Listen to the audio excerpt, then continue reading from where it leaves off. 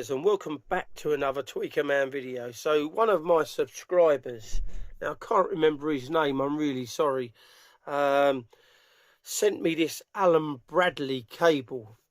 So what he suggested is he was using it for speaker cable. He said it was really good and he was really pleased with it, that he wanted me to try it.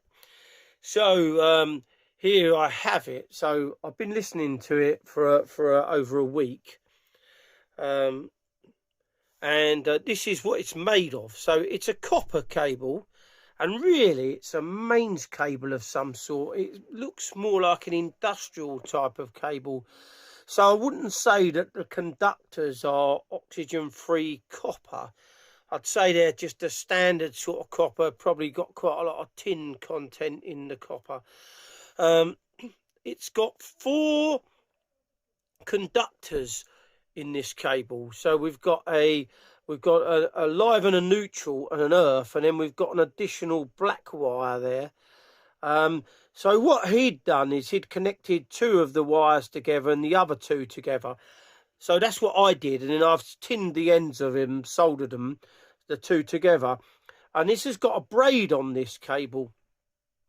So so what I've done is then I tied the braid off, and then I put a little spade connector on the end of it, and I connected it to my amplifier, casework of the amplifier. So so the positives of this cable is it's a very well shielded cable, and all the conductors have a twisted geometry. So this has got a sort of PVC insulation. It feels very tough, actually. It's not like your normal, I think it's like a halogen PVC insulation, and that's slightly better than a standard PVC insulation. But I'd say the dielectric constant of this is around about, it's going to be around about 3, which is quite high for a cable, really. When you get into our audio cables, bearing in mind this is not an audio cable, it's an industrial cable for electric. If it was one of our quality audio cables, we'd be looking at probably Teflon insulation or foam-skinned polyethylene. So once I'd terminated the cable, I put it into the system. And bearing in mind that I've got probably the best speaker cable in the world on my system, which is tongue-in-cheek, remember that. But it is very good. So as soon as I've put this on to my system, I've had a downgrade in sound quality. Well, you would do with a cable of the quality that I've got running my system. But I still had quite a nice bass that came from this cable. The mid-range wasn't quite as good as what I'm used to. And the treble, it just didn't have that high-end sparkle that I've been used to with the probably the best speaker cable in the world. But being an industrial, say, power cable of some sort, I was pleasantly surprised on how well it did sound. It was far better than I expected. Being a twisted geometry and a shielded cable, I noticed that the background was very quiet. The soundstage wasn't as open as I'm used to, even though I had the cable running in for around about 5 days, 24/7. So that was that 24. It's around about 120 hours, but it just didn't give me that same level of depth, width and height that I'm used to. But bearing in mind, the only cable that I've got on my system at the moment is a very high-end cable. So for a cable of this quality, it's never going to live up to that. But it still sounded very nice. On some music, it sounded better than others. So while I was listening to this cable, I couldn't stop thinking that it's a mains cable, and really ultimately it should be used as a mains cable. So I decided to make a power cord out of it and try that. So here we have a mains cable that I made from it. And I could say that this cable definitely performs better as a mains cable than a speaker cable. Although I'm not saying that it was bad as a speaker cable, it just didn't sit right with me in my system. I used this cable first of all, the mains cable on the subwoofer. Bearing in mind I've got a silver cladded copper high powered mains cable on the woofer. It wasn't quite as good as that really, but I didn't find it was too much of a downgrade in sound quality.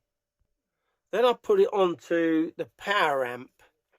Now, when I made this mains cable up, what I had to do was I used the live and the neutral and the earth, but the black wire that's there I cut away, so I'm not using the black cable. It's the black wire, it's inside here, but I chopped it back, and then so it doesn't touch nothing in there. It's not touching the braid. I put a bit of tape over the end of it. So the mains cable that I'm using on the power amp is, again, it's only another mains cable that I used to sell when I run the audio business. It's still got a PVC jacket, but the difference is the conductor size is 4mm, and it goes into a very nice mains plug, and obviously I've got a lot better quality IEC plug on it. Now, it's also been sent away and been deep cryogenically treated.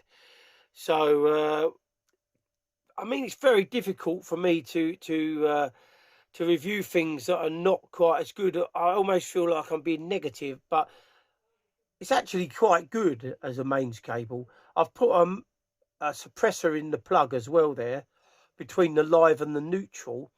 I tried it without the suppressor. Then once I added the suppressor, I noticed the noise floor went very low. It was very quiet, and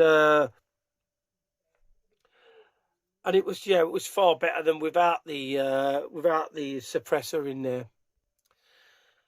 So I would definitely say that the benefits of this cable is a twisted geometry with a shielding, which is a braid shielding. Okay, the negatives of the cable are being only standard copper. Now that is quite a big negative in a way. But what I actually think is it makes a better mains cable than it does a speaker cable. So, but well, I hope you like this. It's just I thought I've been sitting on this cable for a long time, and I haven't had a chance to do the review on it and listening to it.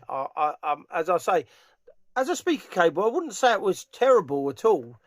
It actually is not bad, considering it's not even a speaker cable and it's not even made from oxygen-free copper, let alone no continuous cast copper or silver plated, and so on and so on. But it's still, for what it is, it's not bad, and I'd say it wouldn't be an expensive cable to buy. So if you wanted to try some of this, pick it up. This is the